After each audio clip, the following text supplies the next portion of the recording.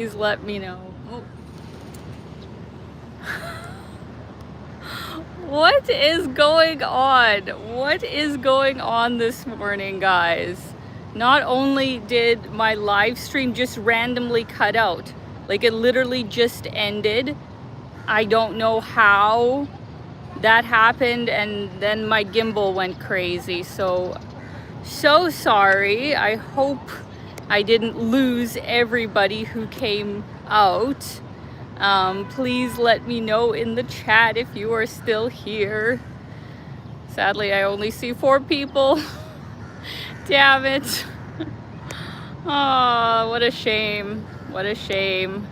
I literally was so excited to get this live stream started, but it's off to a rough start.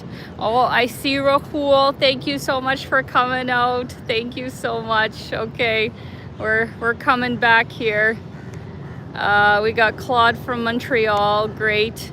David, hello. Thank you for coming out. Melissa, amazing. Okay, I hope people will be able to find my live stream again, but yeah, sadly that other one got deleted somehow. Diana, thank you so much for coming out. Thank you. Zahir, thank you so much. I'm very happy to be back. Lee Rod from Sanur. Amazing. Oh, guys, it has been a journey. I have been here now almost a week, but it has taken me this long to even somewhat have a normal sleep schedule. Like the jet lag really got me pretty bad when I got here, so no matter how much I've traveled, it's still something that I haven't worked out how to beat. Let me know if you guys have any suggestions. But yeah, to start with where we are right now, you can see the beautiful Malaysian flag behind me on screen, and one of the tallest flagpoles in the world here in Merdeka Square, where Malaysia declared its independence in 1957 from the British. Because, you know, the British, they were just taking over everybody. So pretty cool that this big square kind of surrounds these beautiful colonial buildings. I'm just gonna flip the camera here. Look at this beautiful building. I believe it's called the Sultan Abdul Ahmad building, I believe is the name. Correct me if I'm wrong. And it's like a kind of Moorish style government building. It's very, very beautiful.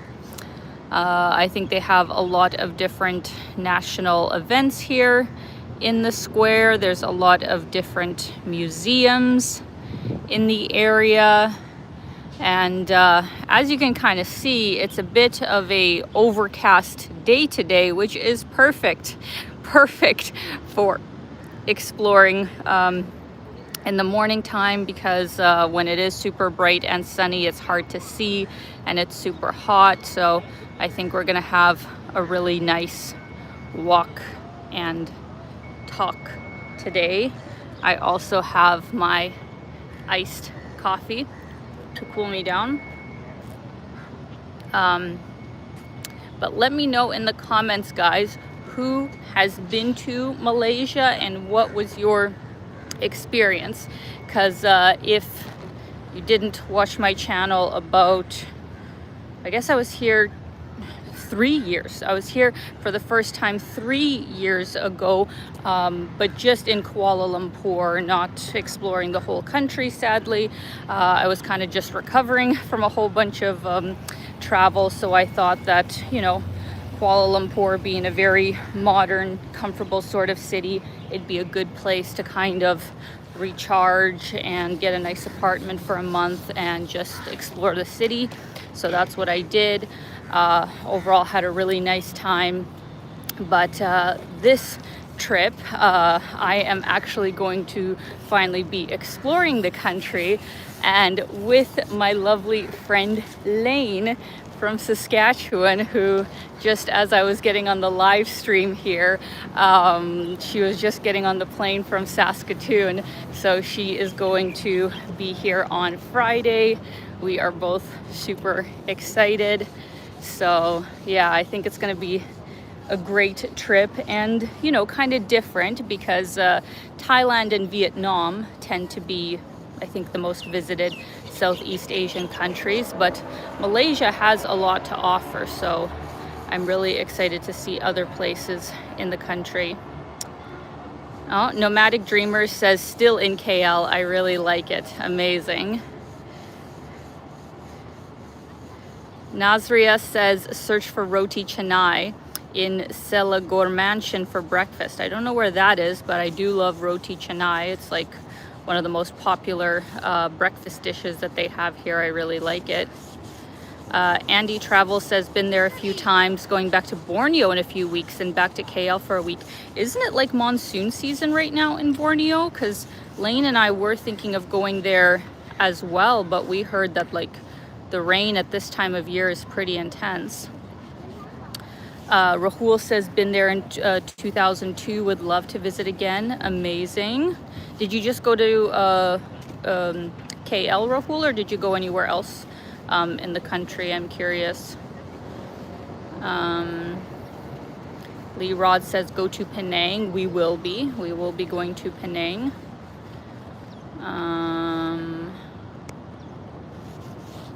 Diana says never been to Southeast Asia but would love to try. It's a little intimidating because we travel with our small dog. Yeah, that's fair. Like, I mean, depending on where you're flying from, like Southeast Asia is a long trip. Even from Europe, like I'll have my flight vlog out I guess maybe next week. Yeah, next week. And like it was a 24-hour day. You know, it was a 24-hour day, and it's yeah, especially if you have a dog. It's a lot, but it is worth it, especially if you're coming for a longer period of time. Oh, nice. Rahul says just KL. Yeah, I mean, just KL itself has so much to offer, so that is awesome. I'm just gonna flip the camera here and give you guys a nice view of the field, which I guess back in the British days, they played cricket on this field, but they ain't playing cricket now. Yeah, it's a really beautiful square. Looks like they're doing some renovations to it right now. Here is the beautiful flagpole, and in front of us, actually, we'll get closer to the building later on in the live stream, but you guys see that very unique skyscraper. That is Merdeka 118 because it has 118 floors. And believe it or not, because somehow, you know, from here, because we're quite a far ways back, it doesn't look crazy tall, but it is. From what I read online, it's the second tallest building in the world after the Burj Khalifa. Like, somehow I found that very surprising, because, you know, when you go up to the Burj, it's like, oh yeah, like that's a really tall building, but somehow this one doesn't look that tall to me, but I think it is just because of the place that I'm standing. So yeah, it is a very tall building, but I guess their observation deck isn't quite open. It's supposed to open, I think, later on this year if everything goes to schedule. So yeah, that's like one of the most iconic buildings in Kuala Lumpur, other than, of course, the Petronas Towers, which are very impressive, and that obviously we will be going by later on in this video. Thank you so much for the super chat. Costas World of Music Memories. Hello, Alina. We were in KL many years ago. Great food and very warm. Stay hydrated and stay cool. Harriet, Jim, and Yuki. Thank you guys so much. That's so sweet of you, and I hope you are all doing well and recovering well. Very nice to hear from you, and yeah, so important to stay hydrated, even though I think coffee is probably dehydrating, they say. but iced coffee is very refreshing on a plus 20 sort of day.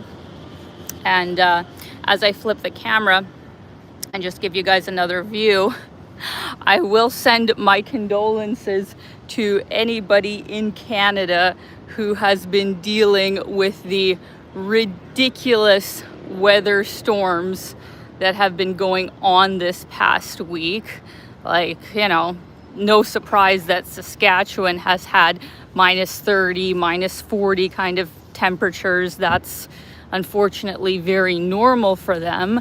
But I guess Toronto had a really bad like winter storm, like way more snow than they have had in a long time, and like very, very cold temperatures. So my condolences to everybody in Canada right now, still dealing with that. It's obviously the opposite effect here. Rahul, who's in Ontario, says survived a blizzard and an earthquake. What do you mean an earthquake? Where did you go that you had an earthquake in the past 72 hours? Oh my God, that sounds terrifying. I hope you're all right. David says the snowstorm hit us badly on the East Coast. Oh Lord. Yeah, I think it was quite far into the States too, so you know, that's what it is, living in the Great White North, right? It's like you think it might be an okay winter, but at some point there will be some kind of winter storm.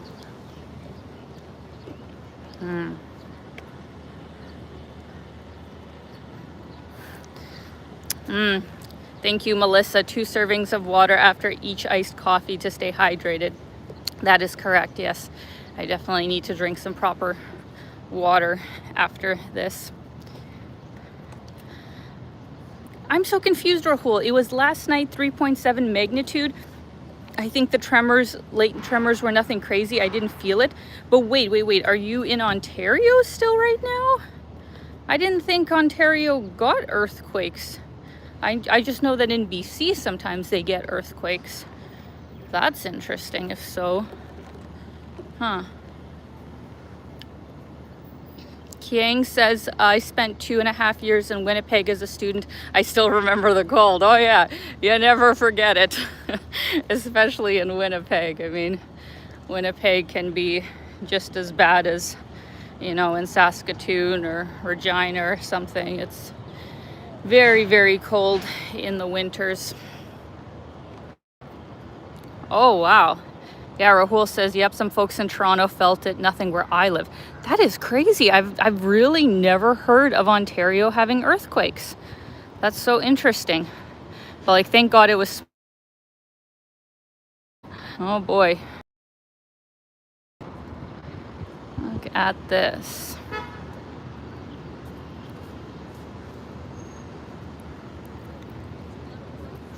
So for anybody who hasn't been to Kuala Lumpur before, from what ChatGPT tells me, the main city population is 2 million people, and if you kind of take the greater area, it comes out to about 7-8 million. So a big enough city, but not nearly as big as, well, Bangkok, and Singapore as a city/country, I believe, is 5 million people, but they're very, or wait, am I just making things up? Can anybody Google the population of Singapore for me? Somehow I thought population of Singapore is 5 million, but somehow that seems very big. I'm getting all my stuff mixed up, but anyways, in a way, like, yes, KL is a big city. If, yeah, you're taking the whole general area, then for sure it's really big. But just the kind of downtown core part, you know, it's actually not that unmanageable to see. You know, I would say in 3-4 days to see all the main sites of KL. If you're just sightseeing nonstop, you can see it in like 3-4 days. Obviously a week would be best. And I'm very glad. Thank you for checking. I'm glad I wasn't making stuff up. Singapore is 5 or 6 million people, so great, good. I try and remember the populations of all the places I visit, but I can't always. Sometimes I get things all messed up, so good, okay. Give you another view of this gorgeous building here. Look at it. Beautiful.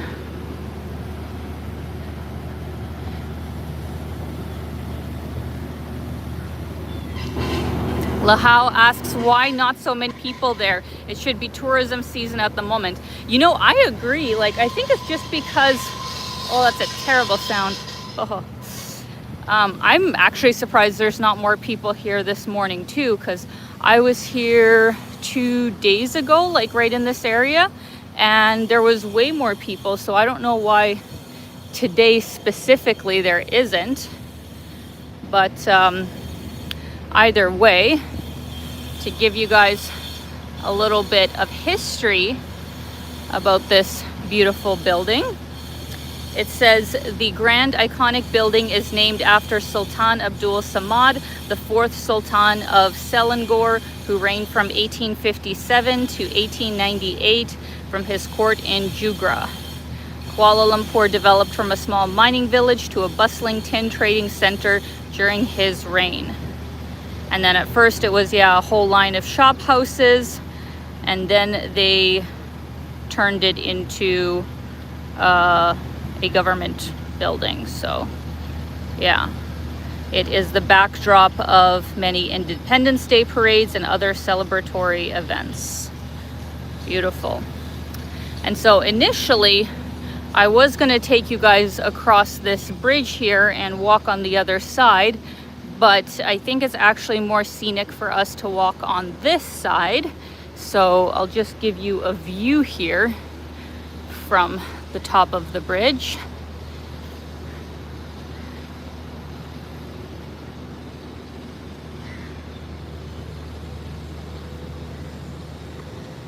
Very nice.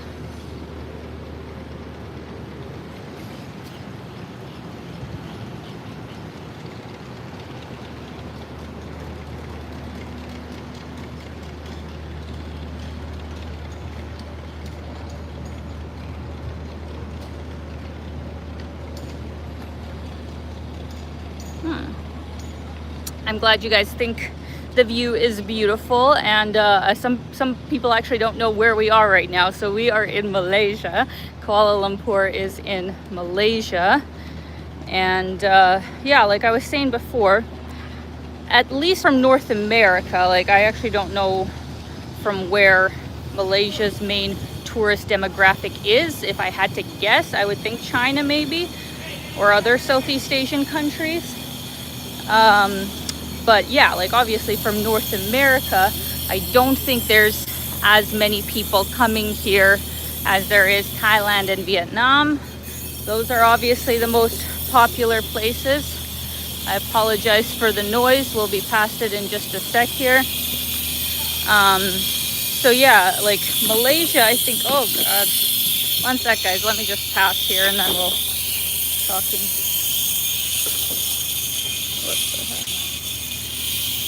Just a lot of construction that they're doing here.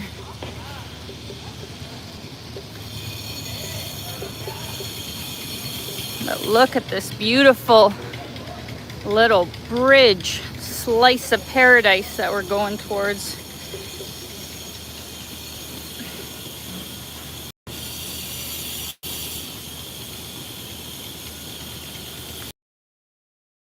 It is the perfect weather right now. It is